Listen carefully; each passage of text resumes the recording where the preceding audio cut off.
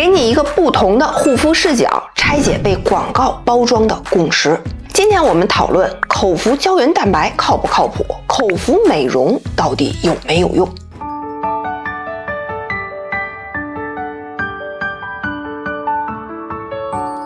这几年呢，口服美容市场可以说是爆火，也有好多人呢问过我，比如说像前几年非常火的美白丸、美白饮，还有这几年开始火的口服胶原蛋白、口服抗糖，它们到底有没有用，能不能美容呢？其实这个问题，如果你去查阅文献，你会发现有人说有用，能变美，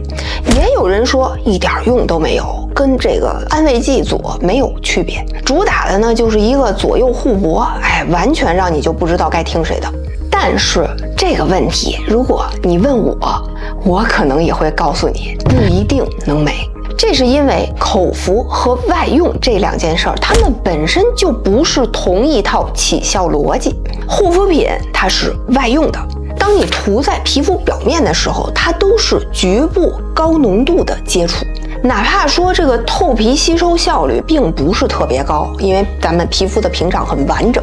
只能透过去一点点儿，但是就算这一点点儿，它也是直达皮肤的，也就是直达起效部位。所以说这外用一个产品的时候，只要你知道它这个产品里头的功效成分含量有多少，你就很好推断它有多少能被吸收，有多少能起效，多久时间起效，起效的这个效果和强度大概是什么样。俗话说呢，就是咱心里有数，但口服就不一样了。比如说这胶原蛋白吧，你把它吃到肚子里，吃到以后，它先进入什么呢？进入消化系统，它会把它消化分解成各种各样的氨基酸，然后这一大堆氨基酸呢被你的血液吸收，进入血液循环系统。那这个循环系统呢，是我们身体里面的交通要道，它会把这些营养物质送到身体的各部分的器官上。那它会不会靶向的把它送到皮肤里呢？不会，当然不是说送不到，是没法定向送到。就像说我们发了个快递，但是这个快递的收件人没有写明是给谁的，只写要送到 A 村。那送到 A 村之后，这 A 村里谁需要，谁看见了，谁就把它拿走了。那这些氨基酸进入到血液循环系统之后，它在里头飘着，顺着这个循环系统在这流动。那它在这中间不管遇到什么，比如说遇到各种器官，像我们的肌肉、骨骼、内脏各种器官组织，只要这些器官组织它也需要胶原蛋白，它就会把这些氨基酸给拿走。也就是说，你本来想美容的这些氨基酸就被截胡了。比如说你最近经常跑步，然后膝盖呢就有磨损，那你口服胶原蛋白之后，这个胶原蛋白大概率会被送到你的关节上，因为此时你的关节需要修复，它需要胶原蛋白。于是呢，你就会觉得我吃了这么多，但是没变美啊，这东西没用。但是有的人呢，他情况不一样，他呢可能身体挺好的，没有什么地方特别的缺胶原，然后呢本身自己呢代谢又快，人呢也年轻。那这类人吃了，他可能就有感觉，他就觉得他的皮肤光泽度提高了，他就觉得这玩意儿有用。所以说，对于口服胶原蛋白来说，关键的不是讨论它有没有用，而是讨论它用在哪儿了。稍微给大家总结一下里面的规律。如果你有以下这些情况，比如说运动量大、喜欢健身练肌肉的，平常工作以体力劳动为主的，长期节食，这个蛋白质摄入不足的，长期素食主义的，或者已经进入到更年期或者老年阶段的，这些人反而是不容易通过口服胶原蛋白达到美容目的的人。但是相反，如果你属于非高消耗人群，也就是平时并不是很爱运动，但是年纪又不大，身体呢又挺健康的，这类人才更有可能把胶原蛋白吃到脸上。如果你听完我说的还是想试试口服胶原蛋白，我只能说祝您好运，希望您是那个能把胶原蛋白吃到脸上的人群。关于口服胶原呢，我还有一件事儿想要提醒大家，就是很多胶原的口服产品里面，它都会添加一个成分叫做氨基丁酸，但是同时又不会对它进行宣传。氨基丁酸这个成分在医学上它是抑制神经兴奋的，所以经常有人会把它做成来改善睡眠用的催眠产品。那当这个成分加到口服胶原蛋白产品里面呢，你吃完之后睡眠质量就改善了，就变好了，那你这个皮肤自然也就看着更好了，更有弹性了。虽然说这个成分它安全性还是比较高的，食品里头也可以添加，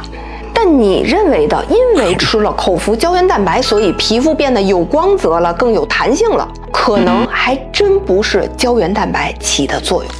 说完胶原蛋白，下面我们来说说市面上的其他几个口服美容产品。咱先说美白丸。美白丸顾名思义就是宣称吃了它之后能起到美白淡斑作用的那些小药丸。之前我们讲黄气的那章的时候给大家说过，造成我们的皮肤又黄又暗的原因有2个，一个呢是黑色素生成的太多了，皮肤的肤色变深了，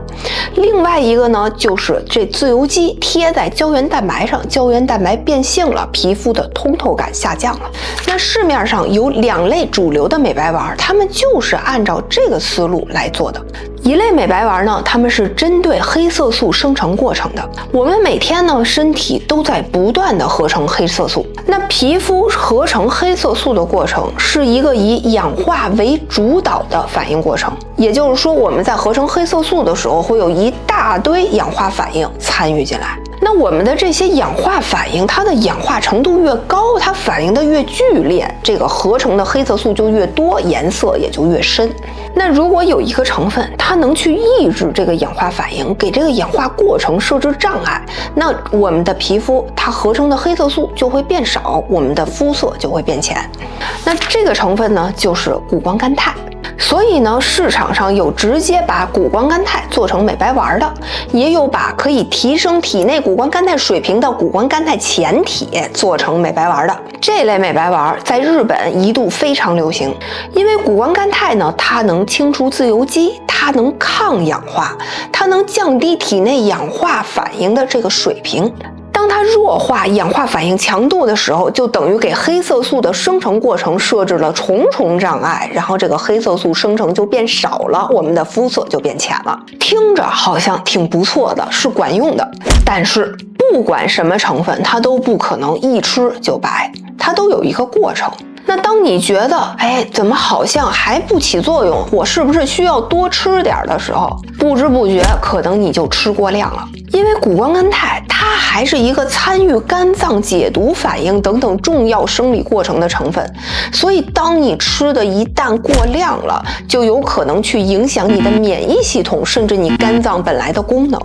那有这重风险在，这事儿的性价比不就一下就没了吗？所以说一定要按照说明书去吃，按照说明书去吃一般是不会过量的，但它的起效速度也不会太快。第2类美白丸就是针对自由基导致胶原蛋白变性，导致皮肤变暗这个过程的。主流成分呢叫做白番茄提取物又有别称叫什么水晶番茄提取物、黄金番茄提取物，不管叫什么番茄，反正都是这个东西。它呢是以6氢番茄红素和8氢番茄红素为核心成分的。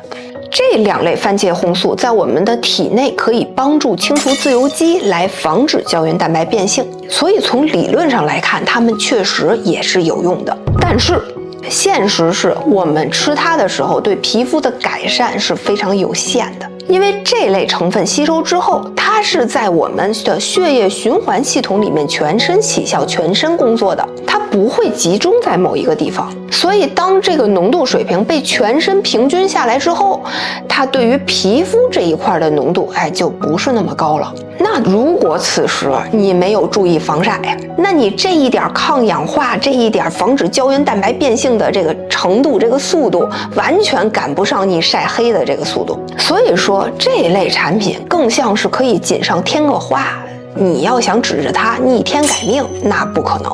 总结一下，这2类美白丸，谷胱甘肽这一类是可以吃，有点用，但千万别吃多。白番茄属于安全，可以多吃，但也没大用。美白聊完，我们再聊聊口服抗糖。糖化，我们讲3+1抗老法的时候说过，糖化反应是衰老进程上的一个重要表征，而抗糖丸、抗糖饮，他们想通过抗糖来达到抗老的目的。那糖化又是怎么产生的，又是怎么让人变老的呢？我简单说两句。我们每次吃饭在摄入糖的时候，这个糖会先进入血液，然后呢兵分三路，一路呢直接给大脑和身体供能，成为直接能源；一路呢会合成糖原，作为存储的临时能源；还有一路呢会转化为脂肪进行存储。但是如果你一次性摄入的糖太多了，这个血糖波动太大了，这三路反应都加起来也没法把你的这个摄入的所有的糖都用掉。